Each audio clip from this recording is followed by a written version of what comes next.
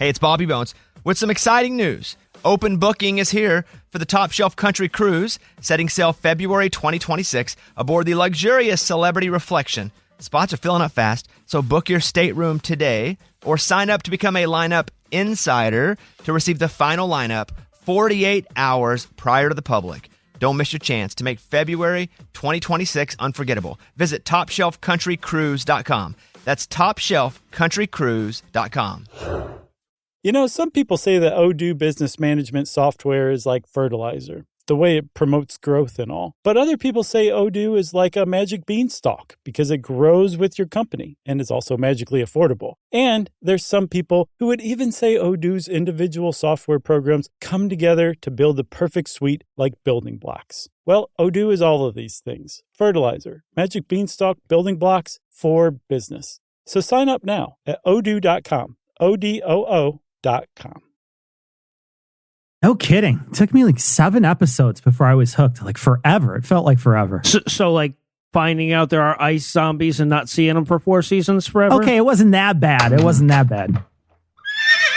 Easy there, Incasius. Whoa, girl. Just stay still. I'm going to be so fast. Like, honestly. Eli, oh my God. Why is there a horse? What are you doing? Oh, hey, Cecil. This week's essay is on Caligula, and I was just going to... Ride a horse. Tell me it was ride a horse. In a way. I mean, I was going to ride it, if you know what I mean. Right? You what now? What? Well, you know how much Caligula loved his horse? So I was just going to, love this horse, if you know what I mean. Unfortunately, we do. Eli, let's go over why this is a bad idea. I'm kind of busy. Well, okay, but first of all, that horse is not even going to know you're in there. I mean, Hurtful. It's not hurtful. Secondly, that horse is a boy. It is? Very much so. Think it has an arm-sized cock under there? You don't see that? Honestly, I thought that was its, man in a boat. You thought that the wagging 15-pound cock on his undercarriage was a clitoris? I don't know everything about horse anatomy. Okay, Noah? Not everyone has some kind of squire that clues us into this stuff, Cecil. That's not what a squire does. But again, Eli, Caligula didn't fuck his horse, man. He didn't? No, he wanted to make it a senator, but that is besides. Okay, see, that's why I was confused. See, if he's a senator, I'd have to worry about him fucking me. Okay, all right. That does have one hell of a stimulus package, though. Good thing I got a boy one.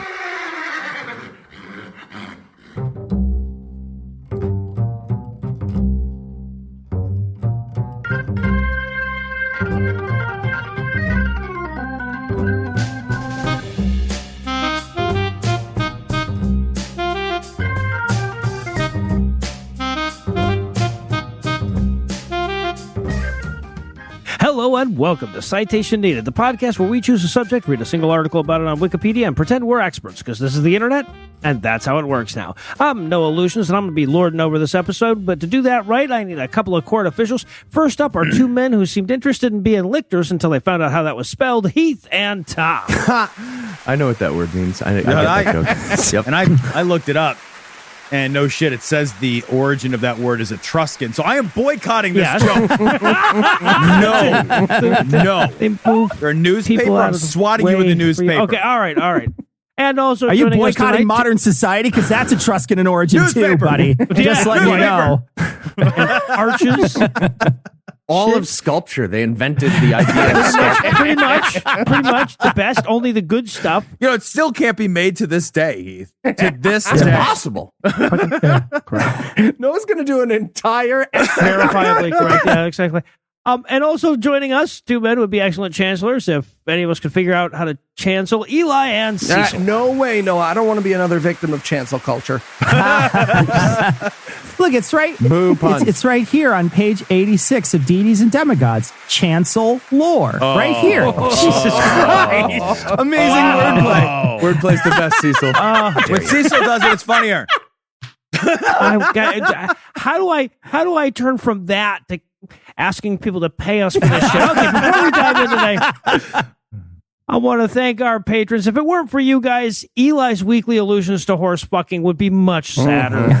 Even sadder. So if you'd like to learn how to join their ranks, be sure to stick around to the end of the show. And with that out of the way, tell us, Heath, what person, place, thing, concept, phenomenon, or event will we be talking about today? We're going to be talking about Emperor Caligula. All right, Cecil, you read the article. Are you ready to feign expertise? I read an entire Wikipedia article. How dare you, sir? How dare you? All right, so get us started. Okay, one note before we start. Or not, or whatever Okay, you all want right, to do, okay. Cecil. It's fine. It's fine. A lot of what was written about Caligula was written about 100 years after his death. It was also written by Suetonius, a guy who probably exaggerated the most salacious parts of the emperor's life. Some tales we hear about Caligula are probably slightly or partially true, but shouldn't be considered 100% fact. And this is true for a lot of ancient history. If you have multiple contemporaneous sources, it's much more reliable, but in this case, we don't have that. Right. And let's keep in mind that even a lot of contemporaneous sources from this time period start with stuff like, so our king and his brother's mom was a wolf. Right? All right, hear me out. Caligula, or more properly, Gaius Caesar Augustus Germanicus, was the Roman emperor from March 37 AD to January of 41 AD. He's known for his crazy excesses and debauchery, being a ruthless leader, fucking his sister, nominating his horse for consul, and fitting all that into 4 years. Yeah, Cecil, turns out 4 years is plenty of time to squeeze in a lot of evil shit. And maybe we should take notes. I don't know. I'm taking notes. Yeah. 4 years. What does that remind? All right. Anyway, move on. The fact that we know who this guy is today after nearly 2 millennia is a testament to his popularity, his intemperance, and how much his enemies hated him. I'd like to emphasize that he was known for his crazy excesses and debauchery on the scale of Roman emperors. Right. So, calibrate correctly. Also, I guess I would like to mention the sister fucking. I'm interested about that aspect of that thing about me now. I like sister fucking. Apparently. I mean, that was a thing about you before, too. It's not. It's just, it was. now it's part of the podcast. And that's it's not important. We can go back to the noodle stuff. There's nuance to it. Go back to the noodles? There's nuance. Thank you, Tom. You agree. You get it. Doesn't count if it's a step in front of it. Whatever. Thank you. Anyway, That's move what I'm on. saying. Thank you. That's They're acting. It's important. I like. Cecil, go ahead. Forgive me for I supporting feel like the I'm arts. digging. It's, every time I say that, if I get into this now, I'm going to get reeled into. Cecil, please. Go No, ahead. I want you to finish, actually. No, I've done. So So you've does your seen the same stepsister. video. Okay, there you go. To start the story, we need to touch a backstory on Rome. It all starts with the Etruscans. No, okay, so damn you. Rome was a republic for about 500 years before Julius Caesar. Caesar, while a powerful dictator, is not really considered an emperor. His heir, Gaius Julius Caesar Octavianus, more properly known as Augustus, was the first emperor of Rome. He ruled for just about 40 years and was succeeded in a power grab by his stepson, Tiberius Caesar Augustus. Yeah, Cecil, you also missed great salad and a hell of an obstetrician. Just, man. Now, Tiberius could certainly make an essay on his own. According to legend, he was an unbelievably ruthless dude, also known for his debauchery. He spent a lot of his time away from Rome in Capri, and he had his underlings do his work for him back home. That work was basically purging the Senate of any individuals powerful or wealthy enough to appear as a challenge to the emperor, then divesting them of their wealth and exiling or killing them. Supposedly, his island sanctuary on Capri was basically a fuck dungeon and some stuff went on that I can't really relate on an explicit show. Will you go ahead and relate it anyway? I'm not gonna relate it all. There's some stuff there, seriously, some stuff I was just like, that, I can't include that. Definitely not. Hard to be comedy fodder.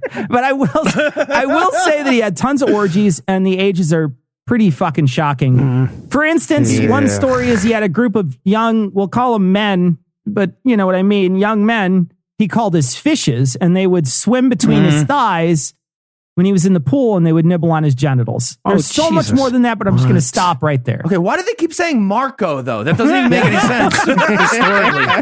Well, to be fair, peanut butter wasn't invented until 1895. Yeah, right. So how are you going to lie? There's so much you could do. You know, the origin story for those fish pedicures feels way darker now. Just fucking way darker.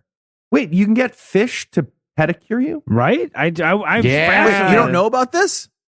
You don't know about this? What? You put your feet in a bath of water, and these little fish come up and nibble the dead skin off. Skin away. Yeah. Fuck And yeah. if you try to put your penis or balls in there, the lady is so strong. She is. It's fucking crazy. I actually got her convicted of assault, which is very funny. Sounds great. Thanks for the tip, though. Yeah, I thought it was. Yeah, that is not what she said. So. Tiberius was also a supposed sadist and reveled in murdering and torturing people. That sounds bad, but if you're going to do it, like, I wouldn't want you not to be into it. You know, I mean, that's just get into it. Get into it, right? Yeah, ruin Jesus for me. Yeah. When I was doing research for this, I came across one story. We would have people chucked over the edge of the cliffs on his estate, down onto the rocks and into the water below. And if you happen to survive the fall, he had boats of Roman soldiers that would row over to you and finish you off with the oars. The oars? What? Yeah. What? So dying like this was also like a total huge bummer in religious Rome because your remains couldn't be recovered. Right. Yeah. Bummer. It just feels like those guys, the soldiers in the boats, I feel like they're mad they had to use oars. That's a weird, specific thing that they had to do. They're just like, can we get him a higher cliff? My arms are killing me. It's just, or us spears? We have spears. We're soldiers. Poke. It's not. This is just so slow. Miyamoto Musashi pedals out there, beats him. There's like one Japanese lorist in the audience. He's going to love that joke. He's going to love the oar, beat him to death. He's going to love greatest swordsman in history. He's not very, so Tiberius is not very popular with the regular people either. Unlike Augustus, his predecessor, he was not building any grand buildings and having huge gladiatorial games for the masses, and he didn't really do anything to please them. Well, he gave him some of his genitals to nibble. So back to Caligula. He's born to some very important people in Rome. His mother was Agrippina the Elder, and she was Emperor Augustus's granddaughter. His father was Germanicus Julius Caesar, adopted son of Tiberius. In fact, in order for him to actually become the emperor, in order for Tiberius to become the emperor, he had to adopt Germanicus. Now, both of these people, Agrippina and Germanicus, were superstars and of the bluest blood in Rome. So it's natural to think that one day Germanicus would replace Tiberius as emperor. Yeah, Germanicus sounds like if you let your 6-year-old name the pet German Shepherd. That is a bullshit name. Germanicus. Every Roman name, man. Every Roman title. Bullshit. Germanicus himself was a badass general. He controlled about 1/3 of the Roman legions and was responsible for winning some major battles against the Germanic people. If you're wondering, he got the name Germanicus because his father had several victories in Germania, and it was awarded to his father posthumously. One of the reasons he's so popular was that the Germans had ambushed the Romans in the Teutoburg forest. The Germanic army kicked the shit out of the Romans and took 3 of their battle standards, the Golden Legionary Eagles. A few years later, Germanicus comes back with several legions, won the battles against the Germanic tribes, and took back 2 of the 3 eagles, which I guess the German tribes just carried around with them. I don't know. Yes, the good old days when military battles were just much more violent games that capture the flag. Yeah, no, a lot of people don't know this, Eli, but Bellum Romanum actually translates to good old days. That's what it means. See, there you go. It was in the Roman military encampments that Caligula was raised. He was something of a mascot to the soldiers, and his mother had the tiny Roman soldier outfit made for him right down to the sandals, or caligae. So his nickname is adorable. Basically Little Soldier Booties. Aww. That's his nickname. Yes, that's his nickname. You could probably imagine that no one would ever call him this to his face, and it survives as the way I would, we but know only this guy. because his face is dusty. Oh, yeah. Well, it survives as the way we know this guy, and it partly stuck as his moniker because there's so many people with the first name Gaius that it needs to be differentiated in some way. All right, I gotta be honest. The name was something about like mouth fucking and lettuce in my head. Caligula was something related to mouth fucking and lettuce. And okay, it's Little Soldier Booty Feet. Cool. After Caligula's father's victory in Germania, he was sent to Asia as something like a second in command of the empire. In doing so, they ruffled the feathers of the people that were already in charge there. Germanicus dies under mysterious circumstances 2 years into his rule in the East.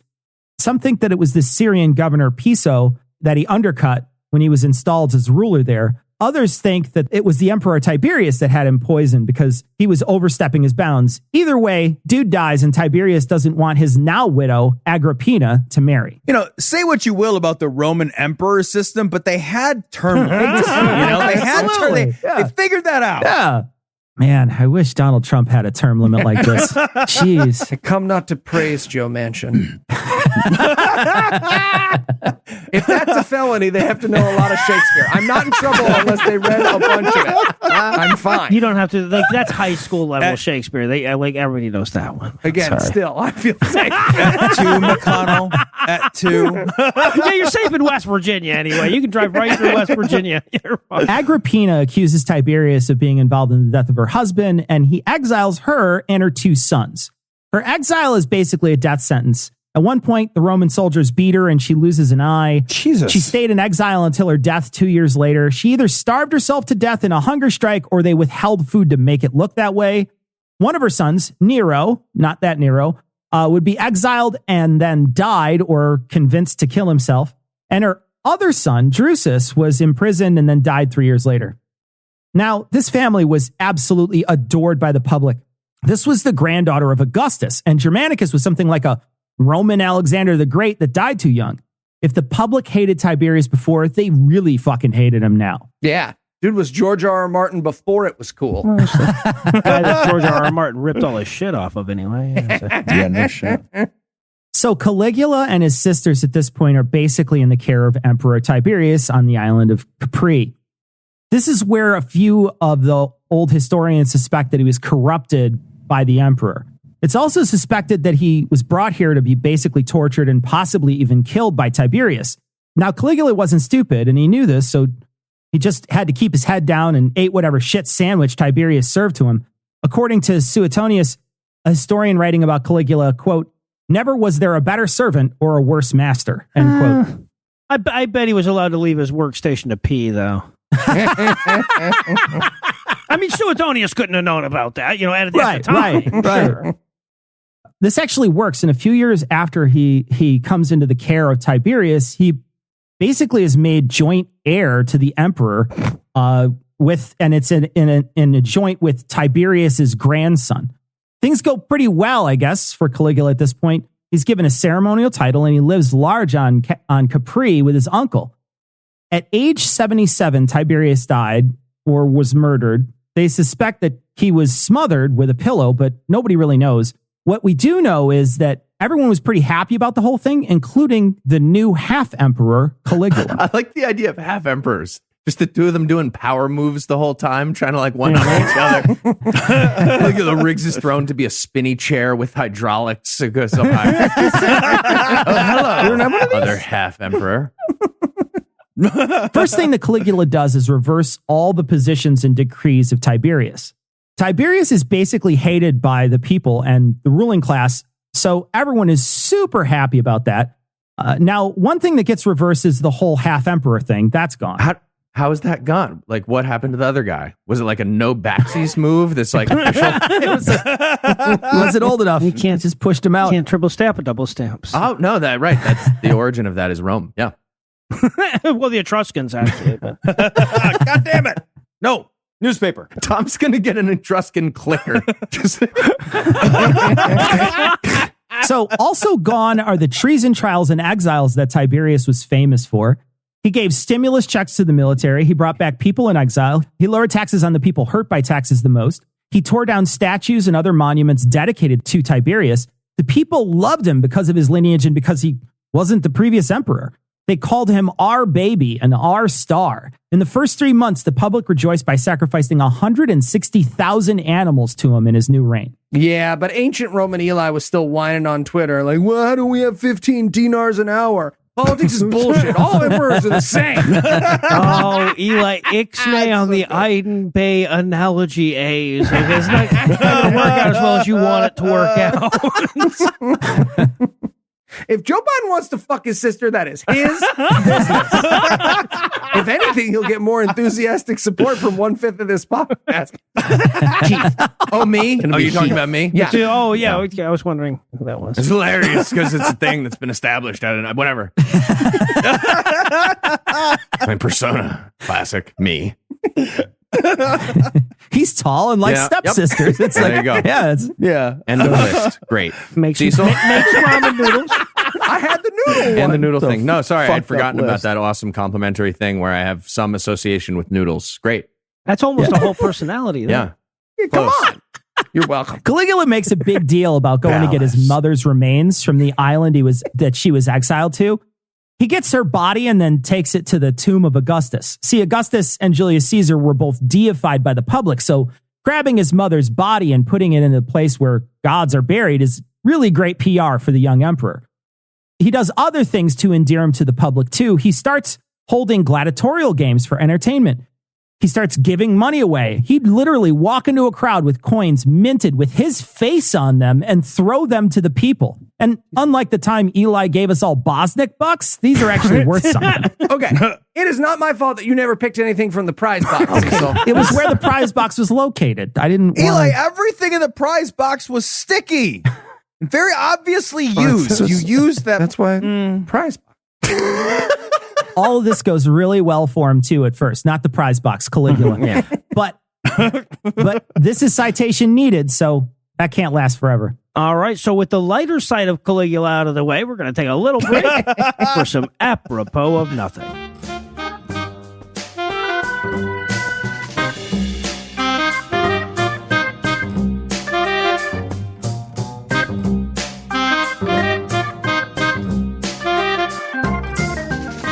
Okay, here comes another one. Please tell me he hits the rocks and dies. Just let him hit the rock and die. Nope, right in the fucking water. Just, okay, stay under. I'm alive! Nope, he's very much alive. Ah, damn it. Fine. Okay. I'll row, you thwack. Oh, this I see a time. boat coming Okay. this way. I'm saved. Thank Jupiter. I mean, don't get me wrong, but there's just got to be a better way to handle this. Has right? to be. There has to be. This is ridiculous. Thank you. This is absurd the way we do it. Gentlemen, let me on your boat. I require your assistance. I mean, it's not even. Ow! Oh! It's not even public. Oh! Stop hitting me! Ow! Like, Oh! who is this even for? Right? Yeah, exactly. At least when there were lions and stuff, everybody got to watch. It was like a spectacle. Totally. This is Yeah, it stupid. was entertainment. Yeah, and a warning. Right? This Right. is just fucking weird. All right, I think that last one did the trick. You can row us back. All right, good. Oh, I'm okay. I just got a goose egg. Oh! Sorry, check that. Oh, we gotta that go hurt. back. God damn it. Ooh, that's gonna smart. Can we use a sword?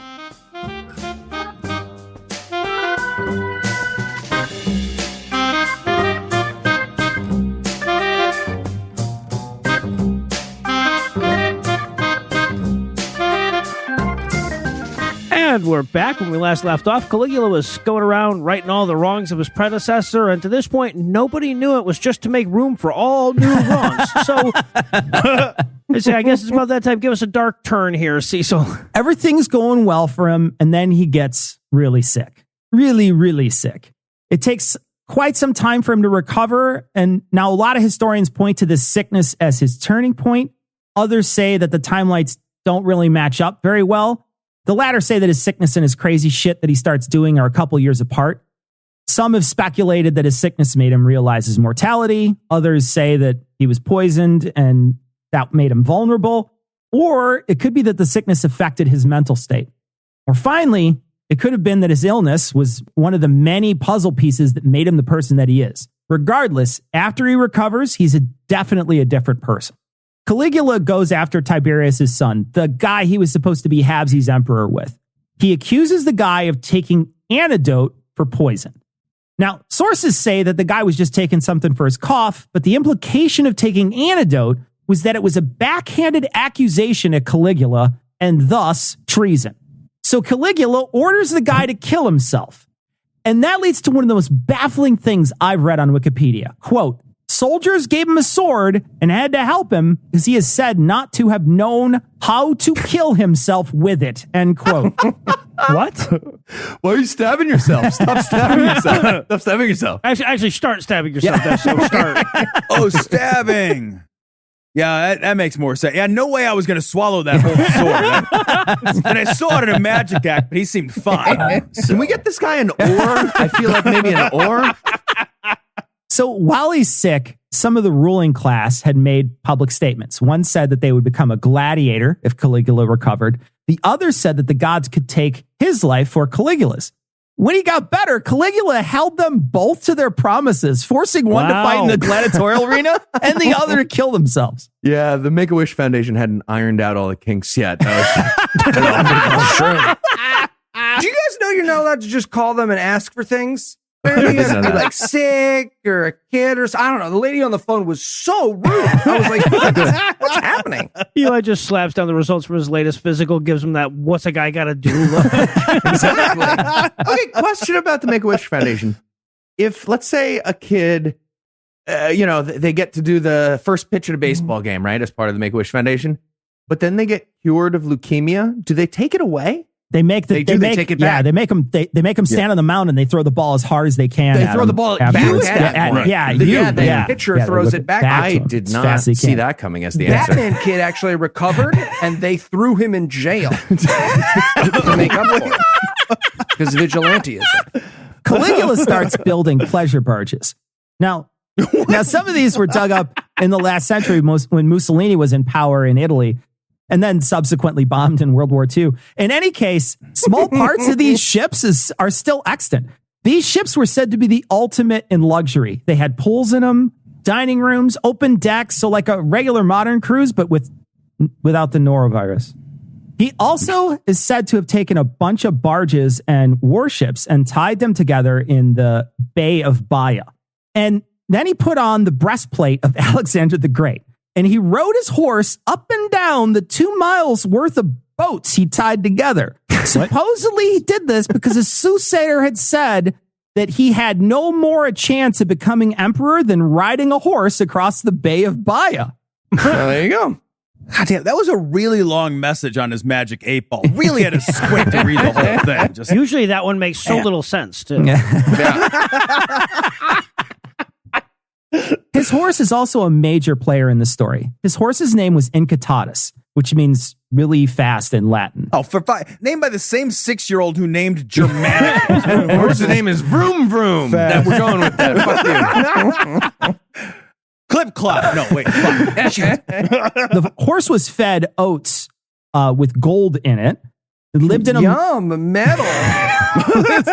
Lived in a marble. I don't know why the gold. I don't get it at all. Right? I don't get it at all. But evidently, it had oats and gold flake. I don't know. It's like, ow, my teeth all the time. I wonder if it's like when you're at the bar and you call the Goldschlager lady over, if they just had the light underneath the oats and they shined it while they were walking through the bar. This horse lived in a marble stable with plush pillows and purple draperies. He had his own servants. The horse would invite dignitaries to the house, but I'm not sure how many hoof stomps it takes to fill out an invitation. I don't know. The horse had a collar made of precious stones in it, and supposedly Caligula made the horse a priest. The Ponyficus Maximus, actually. Very fantastic. Very good. It's also said that he was maybe planning on making the horse a consul. Now, some of this stuff is disputed and maybe misinterpreted over time. It might have been that it was just a running joke at the time. He could have been saying something like, this horse would make a better consul than the lot of you.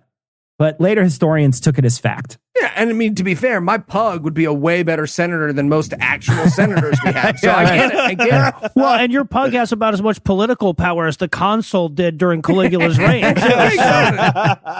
It might have also been a prank, too, which, if you look at some of the other things he did, might have been on brand. Rome was always looking for some kind of victory parade, which they called a triumph. And these would happen after Rome came back from conquering a war. I guess at one point, the public was hungry for one of these victory dances, so he took his troops to the border with Germania. Then he made some of his German mercenaries cross the border and then have a mock fight with his troops. What? And then he came back to Rome. He took some Gauls, dyed their hair, and then pretended they were captured Germans. Okay. But then why have the fake fight? Gotta have bruises. It's called commitment to the bit, Heath. I think I gained all this weight because I wanted to. No, commitment. You're doing a bit. Yeah, we had to force feed mango nectar to Eli like a foie gras goose. Thank to get you. us that size. Are you kidding me? Yeah. You're a method podcaster. The Christian Bale of podcasting. They do say that about me for a variety of reasons. He also took some soldiers to the English Channel, claiming that he was going to conquer Britannia. But when he got to the shore, he told his troops to go to the water and collect the spoils of the sea, or seashells. Oh, I thought you were going to say encyclopedias. Yeah. Oh, yeah. Some historians aren't sure if he was trolling people back then, and instead, we may be missing some context of the situation. Britannica, It might have I just also got been. that. It might have also been that he was not well mentally from his illness. Either way, Roman soldiers collected seashells in their helmets, and that's kind of adorable. Britannia opens up a letter from him, and it's just, okay, a starfish with its toe cut off. What? Okay. Is that a threat? So he claimed he was a god too, which was something of a faux pas. I guess the Romans were totally cool with deifying you when you were dead, but this is totally against the rules when you're still alive. Caligula didn't care much, and he built an elevated footbridge between the palace and the temple of Jupiter, which both physically and symbolically connected him with a place of worship and godhood. Well, it's almost like his dad kicked the shit out of an awful lot of disorganized barbarians as a bad qualification for leadership. It's a shame that Rome would literally never learn that fucking lesson. They would not. No, they would not. He turned the palace into a brothel, according to ancient historians, and he didn't just employ regular prostitutes. He had women of noble birth that he staffed the place with, and that was not taken lightly. He would also just invite powerful people over, take their wife into another room, bang them, and then come out talking about what a lousy lay the woman was. Jesus. All right, everybody, the keys in the bucket. You know how it works. All right. And this is my bucket of keys now. So what did you all learn? Think about it while I go fuck your wives. He killed quite a few people, too, some for treason, some for mere amusement. Here's a quote. Quote, once at some games at which he was presiding, he was said to have ordered his guards to throw an entire section of the audience into the arena during the intermission to be eaten by wild beasts because there was no prisoners to be used and he was bored. And Jesus. Wait, what wasn't the intermission then? What was more exciting than the intermission? I could see how that would be awkward. Gee, Dad, thanks for taking me to the Coliseum. These are such great seats. You bet they are, son. Cost me a pretty penny. Oh, hey, look. The Emperor is waving at us. Cool. Just get fucking yeeted into the audience with the rest of the fucking people. Is ridiculous. The worst kiss cam ever. We're the Jumbotron. Oh, that's not good. One of the That's not tigers is good. just dancing out there. It's just In the YMCA? He had 4 wives in his short life. One of them he stole from a prominent senator the night of their marriage. He divorced her a day or two afterward, and then he forbade her to have any relations with her former fiance. Jesus. When she did, he exiled them both. To his 4th wife, he would whisper when he kissed her, "I can have your throat cut anytime I please." Okay. I gotta be honest, I've been that 4th wife. That's Yeah. someone would say, be like, imagine if I just sliced your head off right now. I was like, what the fuck is happening right now? I don't know what to say. So Caligula's favorite saying was, "Let everyone hate me so long as they fear me." I guess in order to get people to fear him, it's said that he would stand in front of a mirror in his palace for hours trying to make himself look mean or horrible. Hours? Yeah. I feel like if the first hour doesn't do it, you're wasting the remaining hour. Now, probably the most scandalous thing in ancient Rome's eyes is that he's accused of incest. Supposedly, his sister Drusilla was his favorite of the 3. He's rumored to have pimped out his sisters for prostitution, but again, like the other claims, no one's sure if any of this is true.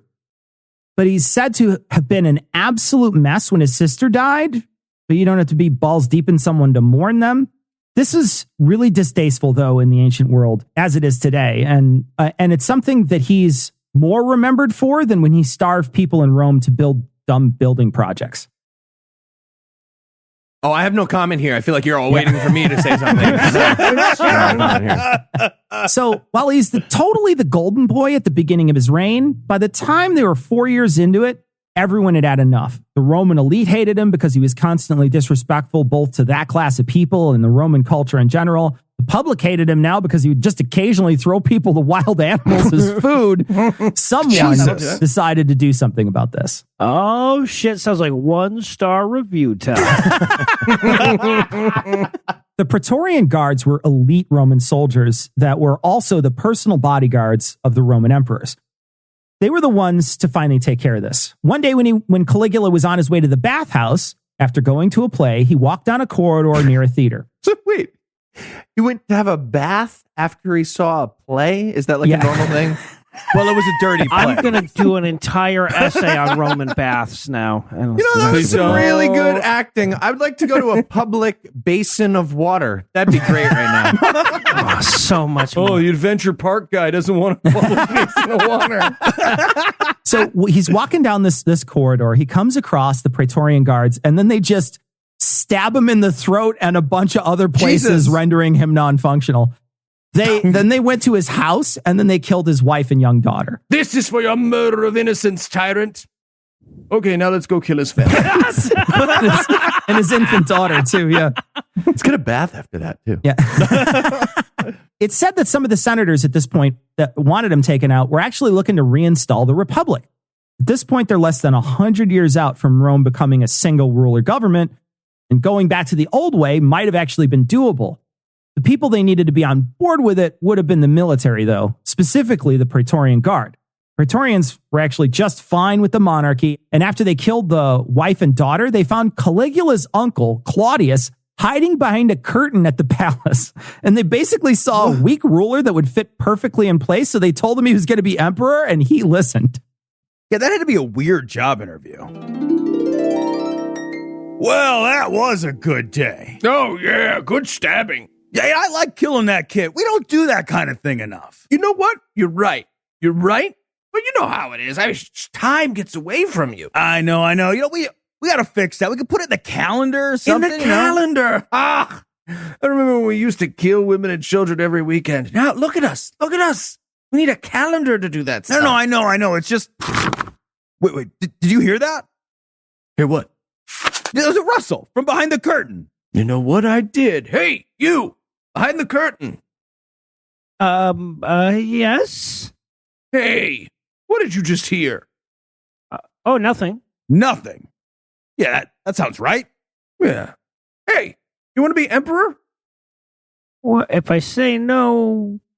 We will stab you. Then yes. Yes is yes. Yes. It's a house Thursday. I can do Thursday. It's pretty much just like that, yeah. Yeah, actually.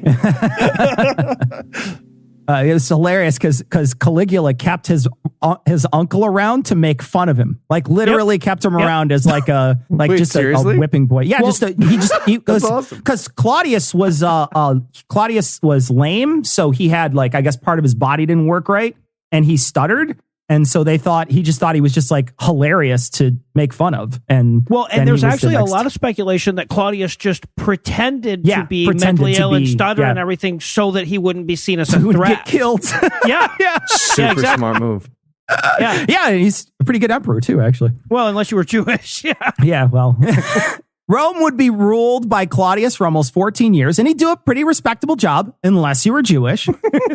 And then a guy named Nero would become emperor, and that is a story for another day. All right, so if you had to summarize what you've learned in one sentence, what would it be? I'll never look at the phrase, if wishes were fishes, the same way again. Well, now I won't either. Okay, are you ready for the quiz, sir? I am. Let's go. All right, Cecil. Being emperor of Rome is a pretty good job. Except, A, no, it's not. B, seriously. Or C, they all get murdered. Who wants this job? Get murdered. Yeah, I think it's secret answer D, all of the above. Oh, God. Broke my code. Fine. Nailed it. All right, Cecil, what's the title of the biography for the horse that had too much political power? A, Secretariat of State.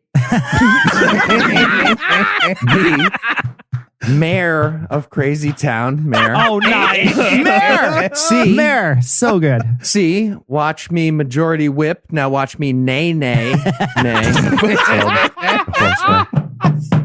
Or D.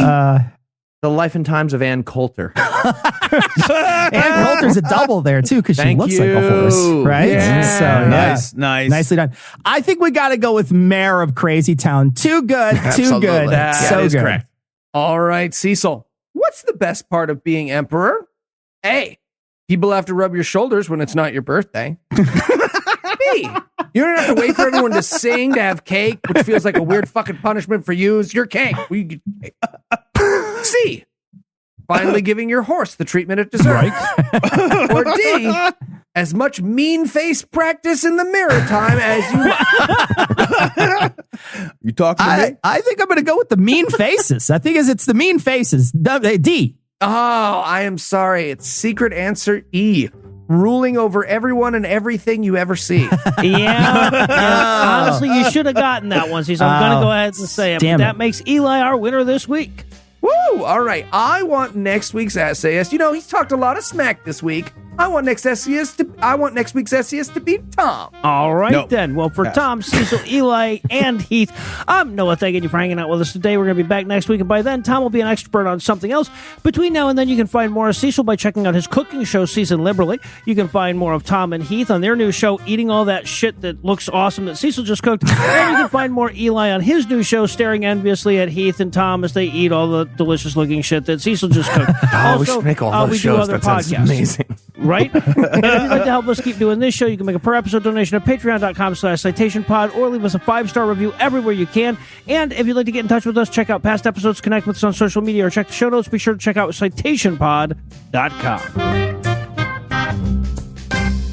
I don't know. I guess I feel like I'm always waiting for the other shoe to drop. I feel like I don't know what I'm going to do if podcasting falls through.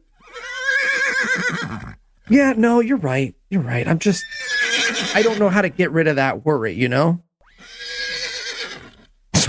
You are such an amazing listener. And cuddler. Yes, and that too. Naughty.